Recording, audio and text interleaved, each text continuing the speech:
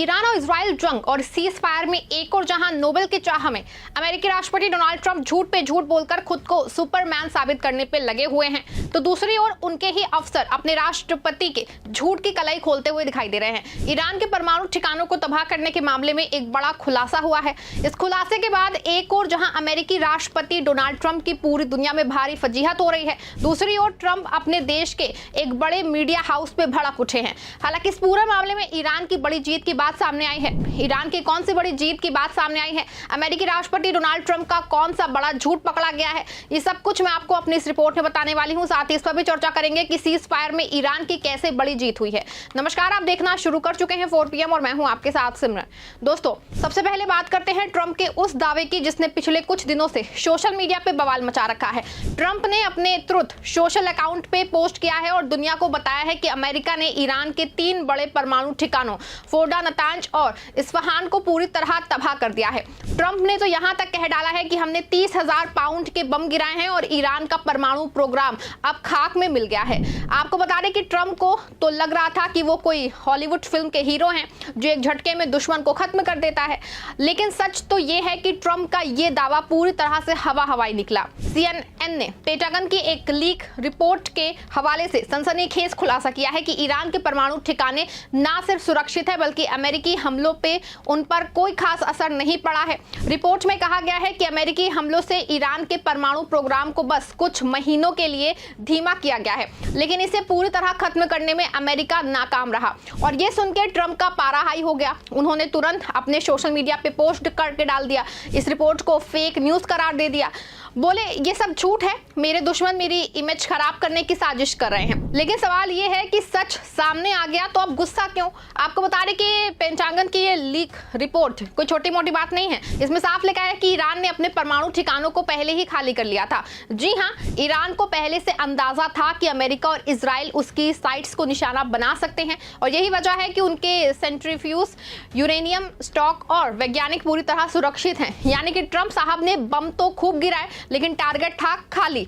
ये तो वही बात हो गई ना कि शेर की दहाड़ तो सुनाई दी लेकिन शिकार तो पहले ही जंगल से निकल गया। आपको बता दें कि ईरान ने इस बार अमेरिका और इजराइल को ऐसा चकमा दिया है कि दोनों के होश ही उड़ गए हैं। ईरान ने ना सिर्फ अपने परमाणु ठिकानों को बचाया है बल्कि उसने ये भी दिखा दिया है कि वो किसी भी दादागिरी वो जो है उसको बर्दाश्त नहीं करेगा।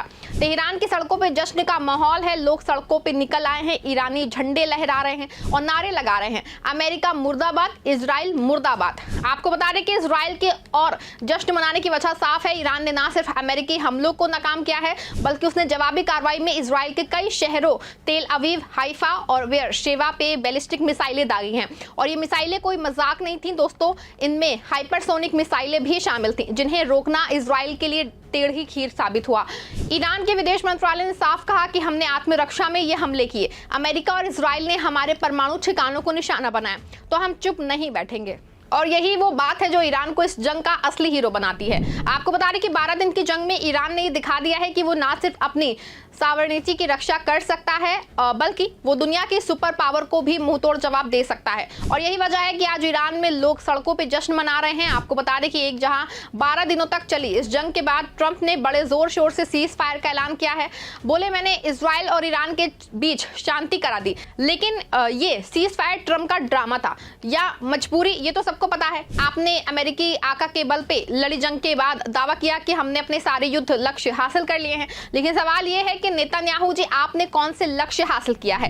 ईरान के परमाणु ठिकाने तो सुरक्षित हैं, तुम्हारे शहरों पर मिसाइलें गिरी और तुम्हारी जनता बंकरों में छिपी रही, ये कैसी जीत है? वहीं अगर दूसरी, ईरान ने तो साफ कह दिया है कि हमने सीज फायर सिर्फ इसलिए माना क्योंकि हम शांति चाहते हैं और हम अपने परमाणु प्रोग्राम को जारी रखेंगे, लेकिन अगर इजराइल ने धोखा दिया तो हम फिर से जवाब देंगे। आपको बता दें कि यही वो बात है जो ईरान को इस जंग का विजेता मानती है। इजराइल के दावे खोखले हैं क्योंकि उनकी सेना ने ना तो ईरान के परमाणु ठिकानों को नुकसान पहुंचाया है और ना ही वो ईरान की जवाबी कार्रवाई को रोक पाए। ऐसे में साफ है कि नेतन्याहू जीत का दावा पूरी तरह से फर्जी है, लेकिन हकीकत में वो बस अपनी जनता को बेवकूफ बना रहे हैं। असली जीत में तो ईरान की हुई है, उसने अमेरिका और इजराइल की नाक में जो दम कर दिया। आपको बता दें कि इस जंग में ईरान अकेला नहीं था, रूस, चीन और ब्रिक्स देशों ने खुल के अमेरिका और इजराइल की दादागिरी की निंदा की है। है। बुधवार को रूस ने यूनाइटेड नेशंस सिक्योरिटी काउंसिल में अमेरिका और इजराइल के हमलों को गैर जिम्मेदाराना और यूएन नियमों का खुला उल्लंघन बताया है। रूसी विदेश मंत्रालय ने साफ कहा है कि अमेरिका ने बिना किसी सबूत के ईरान पे हमला किया है और ये इंटरनेशनल लॉ के खिलाफ है। दूसरी ओर चीनी नेताओं ने ईरान को फोन करके साफ कहा कि अगर इजराइल सीज फायर को पूरी तरह ईमानदारी से लागू करता है तो तुम भी शांति बनाए रखो, लेकिन अगर इजराइल धोखा देता है तो हम तुम्हारे साथ हैं। चीन ने अमेरिका की कार्रवाई को खतरनाक मोड़ करार दिया है और कहा कि ये हमले मिडिल ईस्ट में शांति के लिए खतरा है।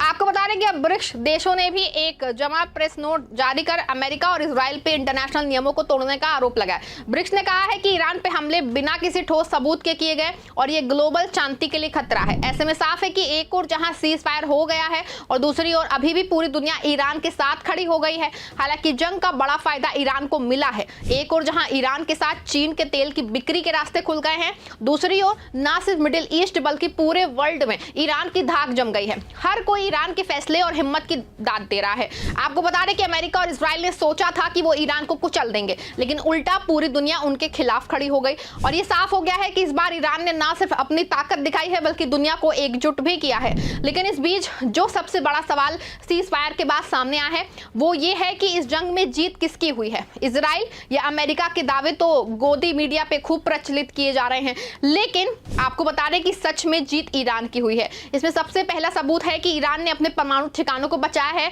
पेंटागन की लीक रिपोर्ट ने साफ कर दिया है कि अमेरिका का मिशन फेल हो गया है। ईरान की जीत का दूसरा सबसे बड़ा सबूत यह है कि ईरान ने जवाबी हमले करके इजराइल को सबक सिखाया है। तेल अवीव और हाइफा जैसे शहरों में मिसाइलें गिरी हैं और इजराइल की जनता बंकरों में छिपी रही। जीत का तीसरा बड़ा सबूत, ईरान ने ग्लोबल सपोर्ट हासिल किया है। रूस, चीन और ब्रिक्स देशों ने ना सिर्फ उसका साथ दिया बल्कि अमेरिका को खुली चुनौती दी। और चौथा सबूत, सीज फायर के बाद ईरान में जश्न का माहौल है, जबकि इजराइल में लोग डरे हुए हैं। नेतन्याहू के दावे खोखले साबित हुए हैं।